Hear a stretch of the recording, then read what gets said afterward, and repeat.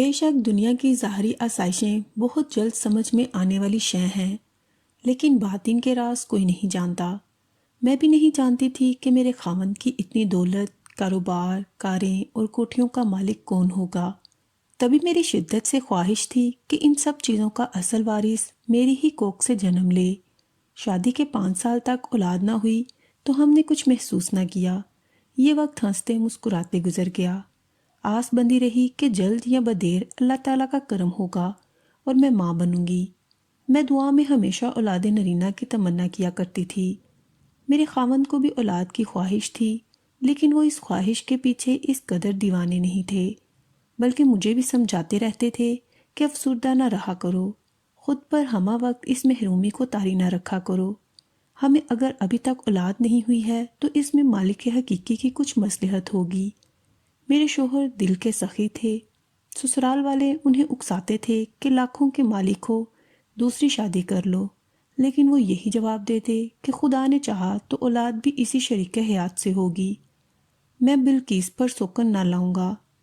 انہوں نے میرے علاج میں کسی قسم کی کسر نہ چھوڑی۔ بڑے بڑے شہروں میں لے گئے، قابل سے قابل ڈاکٹروں کو دکھایا، نتیجہ کچھ نہیں نکلا۔ ڈاکٹروں نے ان کو بتا دیا کہ بانجھ پن کا کوئی علاج نہیں۔ ایک لیڈی ڈاکٹر نے یہ مشورہ دیا کہ بہتر ہے کسی لاوارث بچے کو گود لے لیں تاکہ آپ کی ممتا کے جذبے کی تسکین ہو اور آپ نارمل رہیں۔ ان دنوں جب میں کسی عورت کی گود میں ننھا منا بچہ دیکھتی تو دل کی عجیب حالت ہو جاتی تھی۔ جی چاہتا تھا اس عورت سے بچہ چھین لوں اور اس کو اپنی باہوں میں چھپا لوں۔ اپنے بیڈ روم میں نے ننھے منے گول مٹول پھول جیسے بچوں کی کئی تصویریں لگا رکھی تھیں اور روز ہی حسرت سے ان تصویروں کو دیکھتی تھی۔ جب تک آس بندی تھی وقت کسی اور طرز سے کٹ رہا تھا، لیکن جب ڈاکٹروں نے نا امید کر دیا تو دل کی بے چینی بڑھ گئی۔ ساحر نے بہت دل جوئی کی، دن رات سمجھاتے تھے کہ غم نہ کرو، ہم اپنی دولت اور جائیداد فلاحی کاموں کے لیے وقف کر جائیں گے، لیکن میرے جی کو ان کی کوئی بات نہیں لگتی تھی۔ میں اپنے گھر اور آنگن میں ایک ہنستا کھیلتا بچہ دیکھنا چاہتی تھی، اس کی چہکاریں اور کلکاریاں سننا چاہتی تھی۔ اس غم میں بالآخر میں شدید بیمار پڑ گئی۔ مجھ پر افسردگی کے دورے پڑنے لگے اور ساحر کو مجھے ماہر نفسیات کے پاس لے جانا پڑا۔ انہی دنوں میری ملاقات روبی سے ہو گئی۔ وہ میری کلاس فیلو رہی تھی۔ میٹرک تک ہم نے ساتھ پڑھا تھا، پھر کچھ پتہ نہیں چلا کہ وہ کدھر گئی۔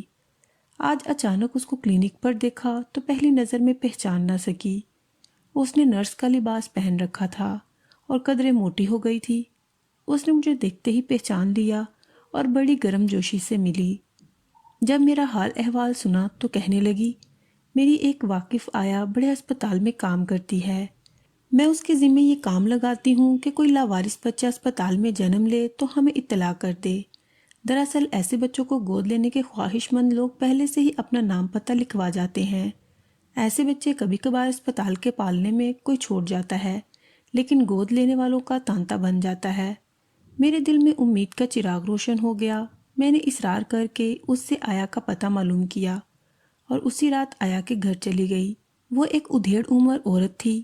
میں نے اس کو آنے کا مقصد بتایا کہ میں کافی دولت مند ہوں، اگر تم نے مجھے اسپتال سے گوہر مقصود دلا دیا تو میں تمہارا منہ اشرفیوں سے بھر دوں گی۔ آیا بے حد لالچی عورت نکلی۔ میں تو سمجھ رہی تھی کہ مجھے کچھ دن انتظار کرنا پڑے گا، لیکن وہ تو رقم حاصل کرنے کی خاطر اگلے ہی دن میرے گھر کے دروازے پر آ موجود تھی۔ اس کو ڈر تھا کہ مجھے کسی دوسری جگہ سے بچہ مل گیا تو یقیناً اس کا انعام مارا جائے گا۔ اس نے مجھ سے پوچھا، بیگم صاحبہ اگر میں آپ کو اسی ہفتے بچہ لا دوں تو آپ مجھے کتنا انعام دیں گی؟ میں نے کہا، جس قدر تم مانگو گی۔ وہ حیرت زدہ ہو کر میرا منہ تکنے لگی اور پھر چلی گئی۔ جب میں نے ساحر کو بتایا تو انہوں نے کہا، بہتر تو یہ ہے کہ تم میرے یا اپنے عزیزوں میں سے کسی کا بچہ گود لے لو، لیکن میں نے اعتراض کیا، یوں وہ بچہ ہمارا کبھی نہیں کہلائے گا۔ میری بہن کا بچہ ہو یا تمہاری بہن یا بھائی کا، وہ جائیداد کے لالچ میں بچے کو ہمارے حوالے کر دیں گے، لیکن پھر کبھی نہ کبھی اس کے کانوں میں ضرور یہ بات ڈال دی جائے گی کہ ہم اس کے حقیقی والدین نہیں ہیں۔ یوں ہماری عمر بھر کی محنت رائے گاں چلی جائے گی۔ ساحر کہنے لگے، تو پھر اسپتال جا کر ڈاکٹروں کی موجودگی میں بچہ دستخط کرنے کے بعد لیں گے۔ ویسے ہی آیا کی باتوں میں نہ آ جانا، ایسا نہ ہو کہ ہم کسی مشکل میں گرفتار ہو جائیں۔ شاید ان کی چھٹی حص ان کی رہنمائی کر رہی تھی۔ لیکن میں کسی ننھے منھے کو اپنی باہوں میں بھرنے کو بے قرار تھی، خواہ وہ کسی کا بھی لختے جگر ہو۔ مجھ کو اپنی ممتا کی پیاس بجھانی تھی، جو آیا کی امید دلانے سے اور بھی بھڑک اٹھی تھی۔ 2 روز مشکل سے گزرے تھے کہ آیا آ گئی۔ اس نے ایک ننھا منھا بچہ اٹھا رکھا تھا۔ کہنے لگی، بات سچ کہوں گی، یہ بچہ لاوارث نہیں بلکہ ایک بہت غریب عورت کی اولاد ہے، جس کے پہلے بھی 6 بچے ہیں۔ اس کو مزید بچوں کی خواہش نہیں، وہ اس کی پرورش بھی اچھے طریقے سے نہیں کر سکتے۔ میں نے سوچا اگر یہ آپ جیسے دولت مند گھرانے میں پرورش پائے گا تو یقیناً اس کے نصیب جاگ جائیں گے۔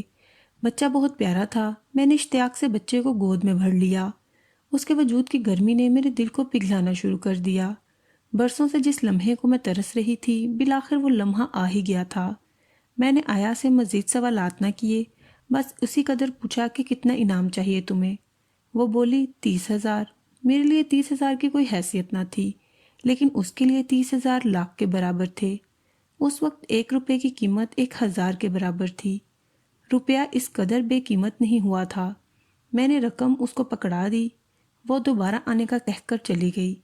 مجھے اس بات سے غرض نہ تھی کہ یہ کس کا بچہ ہے اور اس کے ماں باپ کون ہیں، آیا اس کو کیسے ماں کے پہلو سے چرا کر لائی ہے، اور ماں پر بچے کی گمشدگی سے کیا بیت رہی ہے۔ مجھے تو بس ایک خوبصورت اور صحت مند بچہ مل گیا تھا، جو صرف 1 دن کا تھا۔ دوپہر کو پیدا ہوا اور اسی رات آیا نے میری جھولی میں بھر دیا تھا۔ میں بہت خوش تھی، جیسے سارے جہاں کی دولت مجھے مل گئی ہو۔ پھولی نہیں سما رہی تھی، جیسے میں آج مکمل ہو گئی تھی۔ میں چاہتی تھی کہ ابھی اور اسی وقت دفتر فون کر کے ساحر کو خوشخبری سنا دوں کہ ہمیں ہمارے بڑھاپے کا سہارا اور جائیداد کا وارث مل گیا ہے، لیکن ایسا نہ کر سکی کیونکہ ان کے رد عمل سے بھی ڈر رہی تھی۔ وہی ہوا جس کا ڈر تھا۔ شام کو جب وہ گھر آئے اور میں نے ان کو یہ خوشخبری سنائی تو انہوں نے بچے کو گود میں لینے کی بجائے مجھ پر سوالات کی بوچھاڑ کر دی۔ میں گھبرا کر رونے لگی۔ تب وہ نرم پڑ گئے اور مجھے پیار سے سمجھانے لگے کہ بلقیس، تم نہیں سمجھتی، کسی ماں کا لختے جگر چرا لینا ایک انسانیت سوز فعل ہے۔ ہم پر اغوا کا کیس بھی بن سکتا ہے۔ کوئی خوشی سے اپنا بچہ دے دے تو اور بات ہے، لیکن کسی کا بچہ والدین کی لا علمی میں اٹھا لے جانا تو اذیت والی بات ہے۔ والدین کے دل پر تو قیامت گزر جائے گی۔ غرض جس قدر ساحر سمجھا سکتے تھے انہوں نے سمجھا لیا، مگر یوں بچے کو لوٹانے پر راضی نہ ہوئی، بلکہ اور زیادہ رونا دھونا شروع کر دیا۔ مجھ کو اس قدر جذباتی دیکھ کر وہ خاموش ہو گئے، کیونکہ میں پہلے ہی کافی بیمار رہی تھی۔ بہرحال انہوں نے اس قدر کہا کہ دیکھو بلقیس، برے کام کا انجام اچھا نہیں ہو سکتا۔ میں تم کو جذباتی صدمہ نہیں دے سکتا، لیکن تمہارے اس جرم میں مجھے جبر اثر ہونا پڑ رہا ہے، جس کا مجھ کو افسوس ہے۔ میں ان کی باتوں سے زیادہ ننھے منھے میں دلچسپی رکھتی تھی۔ انہوں نے ہمیشہ میری ہر ضد کے سامنے ہتھیار ڈالے تھے۔ ان کی خاموشی نے میرا حوصلہ دوچند کر دیا۔ میں نے خوشی سے آنسو پونچھ ڈالے اور اسی وقت ننھے منھے کے لیے خریداری کرنے نکل کھڑی ہوئی۔ 1 ہفتے بعد آیا آئی اور بولی، بیگم صاحبہ، آپ کی خاطر جان پر کھیل کر یہ کام کیا تھا۔ بچے کی ماں کی بری حالت تھی۔ میں نے رات کو بچہ پالنے سے اٹھایا اور گٹھری کی طرح بغل میں دبا کر نکل گئی تھی۔ شکر ہے کہ کسی نے توجہ نہیں دی، ورنہ بے موت ماری جاتی۔ صبح 4 بجے انہیں پتہ چلا کہ بچہ پالنے میں نہیں ہے۔ بچے کے ماں باپ غریب تھے، کسی کا کچھ بگاڑ نہیں سکتے تھے، ورنہ شامت آ سکتی تھی۔ وہ ابھی تک ہسپتال کے چکر ہی لگا رہے ہیں۔ میں نے اس کو آنے جانے کا خرچہ دیا اور کہا، بس اب یہاں کافی دنوں تک مت آنا، کہیں ایسا نہ ہو پولیس تمہاری نگرانی کر رہی ہو اور کسی کو شک ہو جائے۔ میں نے ملازمین سے بھی یہ کہا تھا کہ یہ بچہ میری بھانجی کا ہے، وہ بیمار ہے اس لیے مجھے دیا ہے۔ کچھ دن تک میں ڈری سہمی رہی، پاس پڑوس والوں کو بھی مشکوک نہ ہونے دیا۔ پھر جلد ہی میں نے اس بچے کی خاطر رہائش تبدیل کر لی اور ہم شہر سے نسبتاً دور نئی کوٹھی میں آ گئے۔ قدرت کے اس حسین تحفے کا نام میں نے مراد رکھا تھا۔ اس کی پرورش میں نے بہت ناز و نام سے کی۔ حقیقی ماں کا پیار دیا اور ساحر نے تو حد ہی کر دی۔ وہ مرد تھے لیکن انہوں نے مجھ سے بھی زیادہ مراد کو چاہا، حتیٰ کہ جب وہ 20 برس کا ہوا تو اپنی زندگی میں ہی سب کچھ اس کے نام کر دیا تاکہ کوئی رشتہ دار ان کے بعد جائیداد کی خاطر اس سے نہ الجھے۔ کہتے ہیں کہ جن بچوں کو ماں باپ کا پیار ملے وہ سنور جاتے ہیں۔ ہم نے اسی مقولے پر عمل کیا، لیکن ہماری فکر غلط ثابت ہوئی۔ خدا جانے اس کی تربیت میں ہم سے کیا کوتاہی ہوئی کہ ہمارے لاڈ پیار نے اسے سنوارنے کی بجائے بگاڑ کر رکھ دیا۔ اس نے FSC کے بعد پڑھائی چھوڑ دی۔ ساحر نے بہت زور لگایا لیکن صاحبزادے نے کالج کا رخ نہ کیا۔ انہوں نے چاہا کہ اس کو بیرون ملک اعلیٰ تعلیم کے لیے بھجوا دیں، مگر مراد کا رجحان پڑھائی کی جانب تھا ہی نہیں، وہ تو پڑھنے سے بھاگتا تھا۔ اعلیٰ تعلیم کے لیے بیرون ملک کیا جاتا؟ FSC تک وہ ٹھیک رہا، پھر آوارہ گردی کرنے لگا۔ صبح سے کار لے کر نکل جاتا، رات گئے آتا۔ غلط قسم کے دوستوں نے اس کو سیدھے راستے سے بھٹکا دیا تھا۔ ساحر تمام دن کاروبار میں مصروف رہتے تھے، اس کی نگرانی نہیں کر سکتے تھے۔ یہ میرا فرض تھا کہ اس پر نظر رکھتی، لیکن میں اس کی کوتاہیوں کو ساحر سے چھپاتی اور ان پر پردہ ڈال دیتی۔ مبادہ ساحر اس کا جیب خرچ بند کر دیں یا کوئی پابندی لگا دیں، تب میرے لاڈلے کا دل برا ہو جائے گا۔ ممکن ہے وہ خفا ہو کر گھر سے ہی نکل جائے۔ وقت گزرتا رہا، ساحر کبھی ملک میں تو کبھی کاروبار کے سلسلے میں ملک سے باہر چلے جاتے اور اپنا دفتر مراد کے سپرد کر جاتے، مگر وہ ادھر توجہ ہی نہ دیتا۔ خدا جانے اس کی کیا سرگرمیاں تھیں۔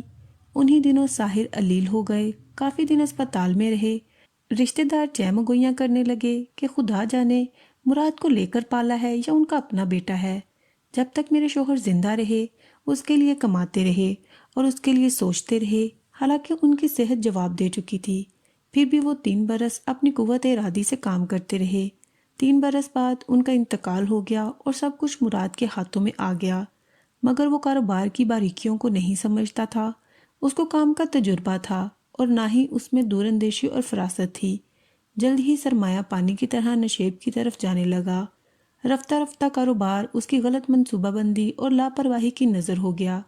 بالآخر 2 سال بعد ہم ایک بہت بڑی چلتی ہوئی فرم سے محروم ہو گئے۔ اس کے بعد تو وہ عیاشیوں میں ہی پڑ گیا۔ اس نے خوب گل چھڑے اڑائے۔ میں سمجھاتی تو مجھ سے جھگڑ پڑتا تھا۔ ہمارے کچھ قریبی رشتہ داروں نے اس کے کان بھرے کہ وہ ہمارا حقیقی بیٹا نہیں بلکہ لے کر پالا ہے۔ شاید وہ اس بات کے انتقام لینے پر تلا تھا۔ اس نے دن رات بازار حسن کے چکر لگانے شروع کر دیے اور بالآخر وہیں کا ہو گیا۔ ہمہ وقت نشے میں دھت رہنے لگا۔ مجھ کو پرانے ملازم آ کر بتاتے، میں روتی دھوتی دعائیں کرتی کہ خدا اس کو عقل دے اور وہ راہ راست پر آ جائے، مگر اس کو عقل نہیں آئی تھی۔ میرے شوہر کی برسوں کی محنت سے کمائی ہوئی دولت اس نے 4 دن میں اڑا کر خود کو اور مجھے کنگال کر دیا۔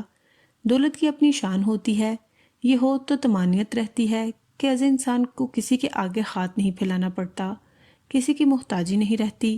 لیکن دولت کے جانے کا غم سے زیادہ مجھ کو تکلیف مراد کی بے حسی، بے راہ روی اور آخر میں نشے کی عادت تھی، جس نے میرا روحانی اور قلبی سکون بھی لوٹ لیا۔ ہم کوڑی کوڑی کے محتاج ہو گئے اور میں رشتہ داروں کے سامنے ہاتھ پھیلانے پر مجبور ہو گئی۔ مراد کی تکلیف مجھ سے دیکھی نہیں جاتی تھی جب وہ نشے کی خاطر ماہی بے آب کی طرح تڑپتا تھا۔ نشہ ایسی بلا ہے جو جوانی کے رعنائیوں کو نگل جاتا ہے۔ مراد بھی بہت جلد اپنے انجام کو پہنچ گیا اور ایک روز نشہ نہ ملنے کی وجہ سے ایک ویران اور گندی گلی میں دم توڑ گیا۔ اس کے مرنے کا صدمہ میں نے کیسے سہا میں ہی جانتی ہوں۔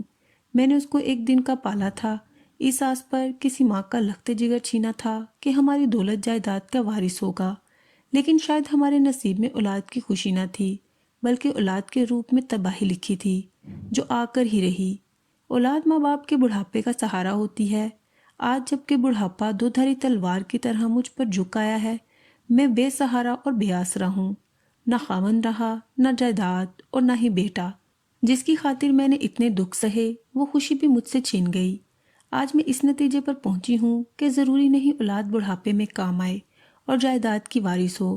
کبھی کبھی اولاد بڑھاپے میں ایسے ساتھ چھوڑ جاتی ہے جیسے برے وقت میں اپنا سایہ بھی انسان سے جدا ہو جاتا ہے۔ آج دولت یاد نہیں آتی لیکن سکھ بھرے دن ضرور یاد آتے ہیں۔